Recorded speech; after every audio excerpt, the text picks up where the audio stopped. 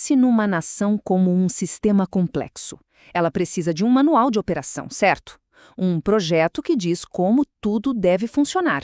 E no caso do Brasil, esse manual está todo espalhado por leis, decretos, pela Constituição. E é exatamente esse quebra-cabeça que a gente vai montar hoje.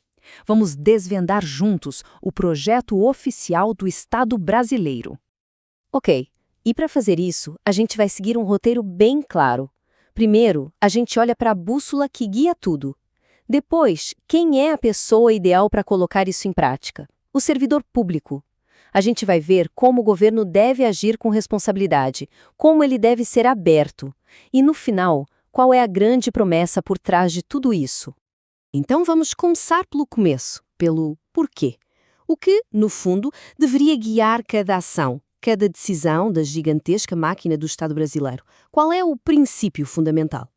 Essa é a grande questão, né? Será que existe um norte, uma estrela guia que deveria orientar todas as políticas públicas, sem exceção? E a resposta oficial que está nos documentos é muito clara e poderosa. Para o Estado brasileiro, os direitos humanos não são só um tema, uma secretaria, uma política específica. Não. Eles são o princípio central, a lente através da qual tudo o que o governo faz deveria ser visto. E na prática, como isso funciona? Bom, esse grande princípio se divide em eixos estratégicos. É como se a ideia geral se transformasse em planos de ação, sabe? A gente está falando de garantir que o desenvolvimento e os direitos humanos andem juntos, que todo mundo tenha acesso a serviços, que a segurança pública seja democrática, até mesmo o direito à memória e à verdade. É a base de tudo.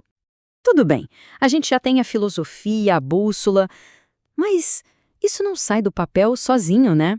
Precisa de gente para fazer acontecer. E aí a gente chega no quem. Quem são as pessoas responsáveis por executar esse projeto? Exato, os servidores públicos.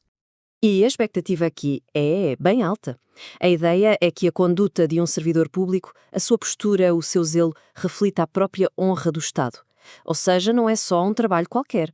A pessoa, na sua função, representa o poder estatal. É uma responsabilidade e tanto. E para guiar essa conduta, existe um código de ética bem direto, preto no branco. De um lado, os deveres, coisas como agir com cuidado, com lealdade, com integridade. Do outro, o que é expressamente proibido, usar o cargo para se beneficiar, coagir alguém, ser preconceituoso. Fica bem claro o contraste entre o que se espera e o que é simplesmente inaceitável. Beleza, então a gente já viu o porquê e o quem. Agora a gente precisa entender o como. Como essa imensa máquina governamental deveria funcionar de um jeito responsável e eficiente? A resposta está em 5 princípios básicos que deveriam organizar toda a administração federal. Começa com o planejamento, ou seja, não sair fazendo as coisas sem rumo. Depois vem a coordenação, para um órgão não fazer a mesma coisa que o outro. A descentralização, para levar a ação para onde ela é mais necessária. A delegação, para dar autonomia. E, claro, o controlo, para garantir que tudo está saindo como planejado.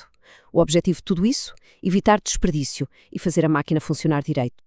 E quando o assunto é responsabilidade, principalmente com o dinheiro público, tem um número que é absolutamente chave: 50%. De acordo com a Lei de Responsabilidade Fiscal, esse é o teto, o limite máximo que a União pode gastar da sua receita com o pessoal. E por que esse limite é tão importante? Porque ele é, na teoria, uma trava de segurança. Ele força o governo a garantir que o dinheiro dos impostos vá para serviços, para investimentos, para coisas que chegam na ponta na sociedade, e não seja todo consumido só para pagar o funcionamento da própria máquina administrativa.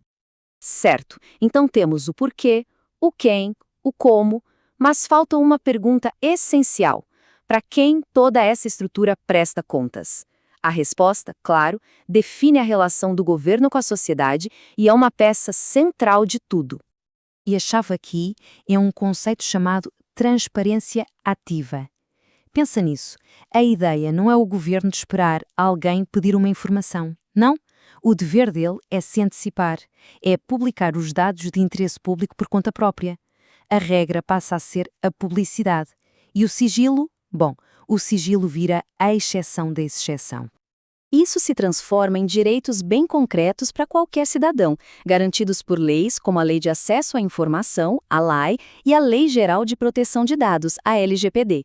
É o direito de saber como seus dados pessoais estão sendo usados, o direito de ver para onde vai o dinheiro de um contrato público, de acompanhar uma obra, é dar ferramentas para a sociedade fiscalizar, ao mesmo tempo que se protege a privacidade de cada um. Ok, então a gente juntou as peças, os princípios, as pessoas, as regras de funcionamento, a transparência, e agora a gente chega na pergunta final. Porquê tudo isso? Qual é o objetivo maior? A grande promessa do Estado? E a resposta está bem ali, no comecinho da nossa Constituição de 1988. É a grande declaração de missão: instituir um Estado democrático para assegurar direitos, liberdade, segurança, bem-estar, desenvolvimento, igualdade, justiça. Ufa! Todos aqueles princípios, os servidores, a responsabilidade fiscal, a transparência, tudo isso, são só as ferramentas para se chegar nesse objetivo final. Então, esse é o projeto, o manual de operação de um Estado democrático moderno. E a pergunta que fica no ar, para todo mundo pensar, é: se o projeto no papel é esse, o quão bem essa construção está de fato saindo da prática?